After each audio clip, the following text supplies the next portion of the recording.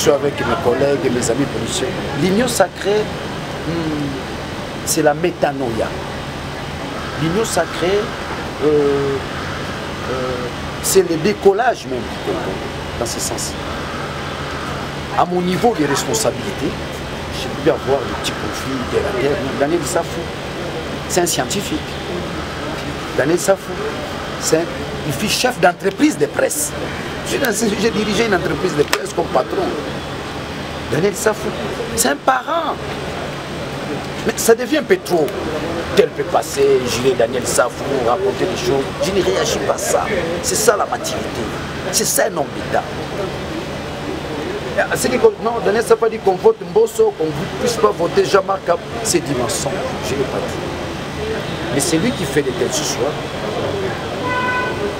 On finira par les repérer. Nous avons une armée, n'est-ce pas, numérique, juste pour repérer tous ces gens. Tous ceux qui portent atteinte à mon honneur, ils finiront par payer cash dans l'ordre spirituel. On ne s'attaque pas aux innocents. On ne s'attaque pas aux élites de Dieu. On ne s'attaque pas à ces gens. On ne s'attaque pas à celui-là qui, tout un peuple, a mis son espoir en lui. On ne s'attaque pas à une telle personne. Donc tous vous pouvez récolter malchance, malédiction, dans ce sens. Donc je demande à tous ces frères qui, avec leurs appareils, s'acharnent à moi, par des injures, par des montages, c'est pas moi. C'est plus mon niveau là. Allez dans non, votez Mbosso, ne votez pas Jean-Marc Kabou, non, non. Ne me tirez pas vers le bas. Daniel Safou monte comme une flèche. Voilà ma symbolique. C'est ça. C'est ça ma symbolique. Ça monte comme une flèche. Voilà tout ce que nous avons fait. Qui est ces députés a pu réaliser ce que nous avons pu réaliser. La chute des bureaux de Maputa, nous sommes restés les mêmes, avant comme après, à la quête, n'est-ce pas, de la réappropriation de la nation congolaise. On a réussi. La boucle est bouclée. Aujourd'hui, c'est ça, il faut m'appeler comme ça. J'ai commencé ma lutte avec Kabila, Nakitisi, et c'est fini. C'est la boucle bouclée de la lutte. Il faut du respect. Je symbolise la lutte dans ces pays. Il faut vraiment beaucoup de respect, de la considération. Aujourd'hui, Daniel Safou, c'est la symbolique des générations futures. C'est la référence des enfants des pauvres. C'est la référence de la presse, cette presse-là vous êtes. C'est la référence de cette jeunesse-là qui monte en puissance. Nous avons marqué l'histoire. Nous avons marqué l'histoire. L'histoire qui peut se situer à peu près celle, n'est-ce pas, des 13 parlementaires. Jamais dans l'histoire du pays qu'on a obtenu, n'est-ce pas, la déchéance, n'est-ce pas, d'un Premier ministre. C'est nous, c'est cette génération. Hein? C'est qu'on appelle à Lingala la génération Yang 6. Député Yang 6. Nous avons mis fin à la pensée unique. Ce pays a connu la pensée unique. La dictature de Mobutu, c'était la pensée unique. Kabila, c'était la pensée unique. On parle de l'autorité morale, mais c'est la pensée unique. Nous avons fait à cette pensée. Nous avons donné la possibilité à quiconque, n'est-ce pas, de dégager les énergies, à la fois mystiques et spirituelles, dans l'idéal d'atteindre la réappropriation de la nation. Je n'ai aucun problème avec mon ami Jean-Marc. Je n'ai aucun problème avec Mbosso. L'élection, c'est une affaire compétitive. Mais je suis dans l'union sacrée. Jean-Marc est dans l'union sacrée. Mbosso est dans l'union sacrée. Ça veut dire que je vais voter Jean-Marc. Je vais voter Mbosso. Ça saute aux yeux. Je ne voterai pas, n'est-ce pas, un ressortissant du PPRD, dans ce sens-là. Au nom de la lutte. Au nom de la réappropriation de la nation. Au nom de la construction de la nation. Mais c'est donc que les gens cessent de raconter les choses. Ça prouve à suffisance que nous avons atteint un niveau qui attire, n'est-ce pas, la sympathie des autres. La jalousie, la haine. Tout ça qu'on a été, Congo. Congo d'Ietu, Congo d'Akimbangu, Congo d'Antotila, Congo d'Ambumba Philippe, Matéa Moine. Derrière, Lumumba, Kassavu, oh, tout va koufa bamata. Comment les lobes à Congo. Daniel Safou, c'est la synchronisation de ces esprits-là. D'ailleurs, moi, je suis moi, moi, on est moulé. Moi, je suis Lumumba. Moi, je suis Kassavu. Moi, je suis Sarbatré à Tchombe. Moi, je suis Cyril Adoula. Donc, la synchronisation des esprits supérieurs, tous ceux qui ont lutté pour la renaissance de ce pays. Daniel Safou est au niveau d'inventer l'avenir. Ça, il faut suivre. Nous sommes en train d'inventer l'avenir. Tout ce qui se passe au palais du peuple. Qu'on arrive à construire un nouveau paradigme. Daniel Safou, Nazongi la Lingala, Gapé la Lingala, Kota Falasemi. Nazongi la Lingala, Maé Batou Baza Kokoma la réseaux sociaux, et la Kaka, Batou Baza Nambuya. Kimbanga Lubakango, 1921, na Sanda, Bane la Kabakoya, Bakotonda Mananguya, na Mayele, na Boanya. Daniel Safaza guerrier, Ngana Kabundu, Tuzana Likambo Moko, te. Ngana Mboso Koda, Tuzana Likambo Moko, te. Bangonyo Sobaza Baninga na union sacrée. Puis c'est pas la mission bon d'organisation. Moko Moko na kati na biso éviter. Ah, tokela ba pona. Toko voter Jean-Marc Kabundu. Toko voter Pemboso. Sur un candidat président, ça veut dire que ce sont les candidats qui l'union sacrée alignée. L'objectif est de bureau pro-Fachi. Il y a beaucoup de gens qui sont côté de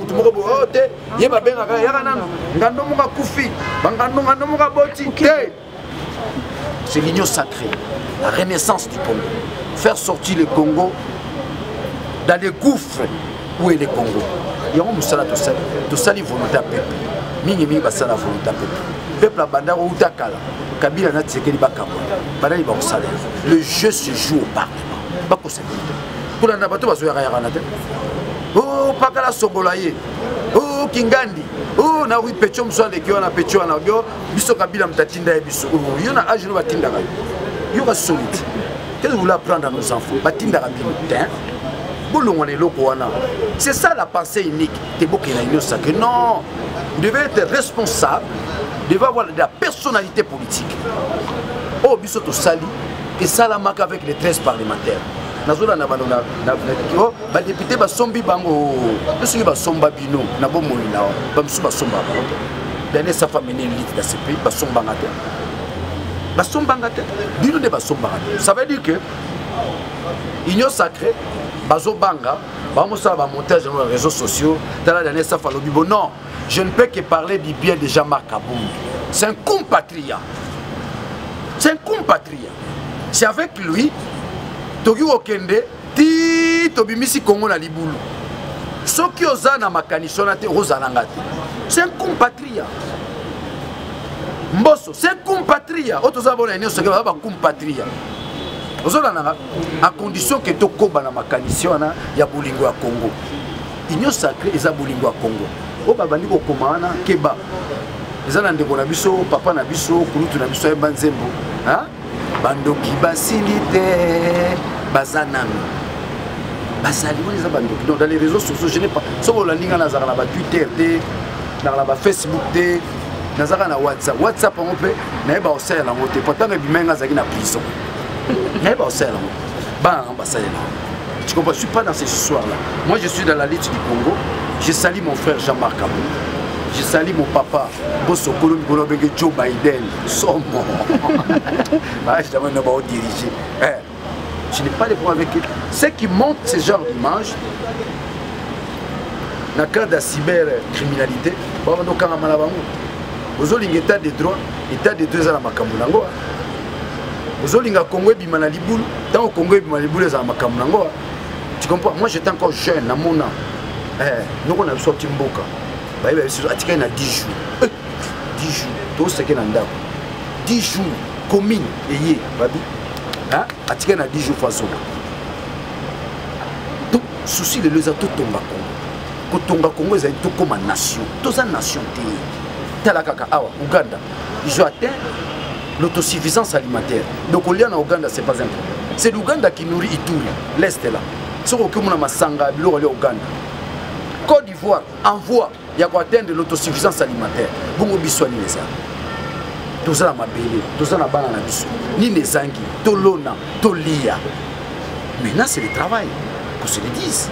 On a perdu l'essence du travail. Pas sens avec S et NS.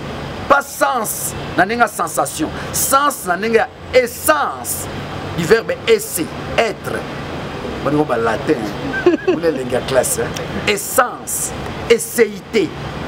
Donc nous avons perdu l'essayité du travail. Mais il n'y a plus de motivation avec la discrimination salariale. Comme on l'a dit, salarié. Et on m'a dit que on m'a dit Daniel Safou. Yaka, on m'a tangomba qui s'est sous. Yaka, Bunda Bitumba. Hein? Merci honorable. Nous avons souhaité que les FCC aligné les candidats à niveau de ce que le lobby de Kokonyanga iko postuler na côte ya rapporteur avec défendre bien. Ndeko tuninga motuna moko tango mususu na aussi sa carrière na ngai ba motuna ngo lisuto. Landanga matanga. Landanga ndeko. Na chima ina. Bino boza bilenge bokangelo ko naso. Bobanza yango mokili botepa. Pona la te balobi les paroles humaines se sont répandues dans le monde. Kabila a des capacités au sali comme Namboko. Il ne peut plus bouger. Il bouge, les Congolais regardent. Kabila bouge, les Congolais bougent. À cause ni na armée, ni na police, ni na administration, régime ou les pays. Au Congo, et kusonga kate mukolo régime on est kozonga bon na blague hein tala toi ba capacité belé ngande kutu boko banga kutu Daniel Safu koleka Kabila tu comprends baba partenaire tous na bango pour na Congo lelo keba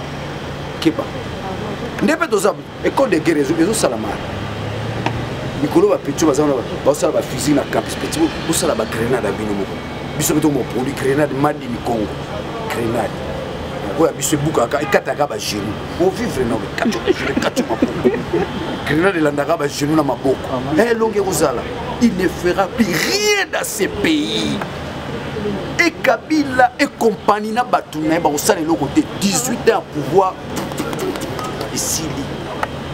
C'est un message spirituel, ésotérique, mystique. Tozo kota l'air du verso, basaka ina mutumui ndo makasi. Tokoti la 1. Kimbanga zoko kisa 100 ans na sama belé. O tozo banda 2021 za la 1. Bino bomo na 2021.